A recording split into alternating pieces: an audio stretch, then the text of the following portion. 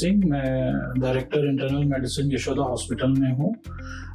जैसा कि आपको मालूम है कि मानसून सीज़न आ रहा है और ये बीमारियों का सीज़न है जब सारी इन्फेक्शंस जो है बढ़ना शुरू हो जाती हैं। तो ऐसे में हमें अपने इम्यून सिस्टम को बहुत बूस्ट करना है। एक ड्राई क्लाइमेट से हम एक वेट के एनवायरनमेंट में जाते हैं, जबकि सडनली जो है स्वेटिंग बढ़ जाती है, इम्यून स्टेटस जो है बॉडी का एकदम से जो है चेंज होना शुरू हो जाता है। तो ऑलमोस्ट जो बेस्ट चीज़ है वो सबसे पहले कि हमें अपने हाइड्रेशन को बिल्कुल मेंटेन करना है, जिसमें कि एडिक्वेट अमाउंट ऑफ इलेक्ट्रोलाइट्स भी हों, जैसे नींबू पानी हो, नारियल पानी हो, जूसेस हो, चेंज कर करके लेना है, एक ही पे नहीं रहना, हमेशा चेंज करना है। फ्रूट्स, वेजिटेबल्स, फूड हैबिट्स भी चेंज करनी है। स्ट्रीट फूड्स अवॉइड करने हैं क्योंकि यही टाइम है जब कंटामिनेशंस मैक्सिमम होती हैं।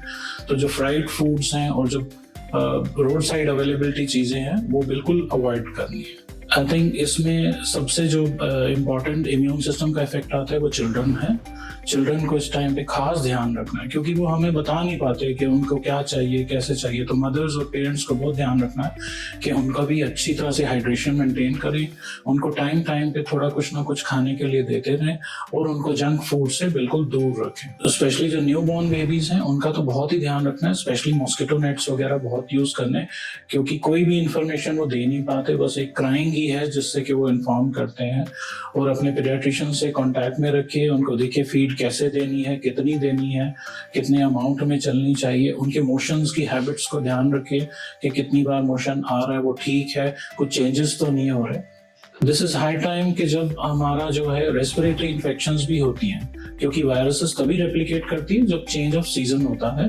और इसमें सबसे इम्पॉर्टेंट है जो अस्थमाटिक पेशेंट्स हैं, जो सीओपीडी पेशेंट्स हैं, जिनके पहले ही लंग्स वीक हैं, तो उनको यही टाइम है जब स्टार्ट होती है इन्फेक्शन वायरस से और फिर वो धीरे धीरे बैक्टीरियल ओवरग्रोथ उसके अंदर हो जाती है। तो उनको अपने इनहेलर्स वगैरह सब टाइम टू टाइम लेने चाहिए, अपना टाइम टू टाइम गॉगल्स करें, स्टीम इनहेलेशंस लें, और थोड़ी भी अगर इन्फेक्शन की शुरुआत हो तो इमीडिएटली अपने फिजिशियन को कंसल्ट करें ताकि ये निमोनिया में या और चीज़ों में चेंज ना हो जाए। अगर रिकमेंडेड है कि उनको वैक्सीनेशन की जरूरत है तो इस सीजन की इन्फ्लुएंजा वैक्सीन और न्यूमोकोकल वैक्सीन जरूर लगवा लें टाइम पे। इस सीजन का सबसे इफेक्ट जो इम्यून कॉम्प्रोमाइज पे पड़ता है, और आई थिंक बच्चों के साथ अब जो सीनियर सिटीजन्स हैं सबसे ज़्यादा उन पे इसके बाद में इफेक्ट आता है। सीनियर सिटीजन्स को हमेशा रिकमेंडेड रहता है कि वो भी अपनी वैक्सीनेशंस सीजनल जो कि इन्फ्लुएंजा और न्यूमोकोकल वैक्सीन है वो ले लें, अपनी शुगर लेवल्स को ठीक कंट्रोल करें, ब्लड प्रेशर्स को कंट्रोल करें, अपनी मेडिसिन जो है हार्ट की वो ध्यान से लें, अपने डॉक्टर से कंसल्ट करें कि उनका वाटर इनटेक कितना होना चाहिए अपनी हार्ट की कंडीशंस के हिसाब से, क्योंकि इसमें सडनली वेरिएशंस आएंगी।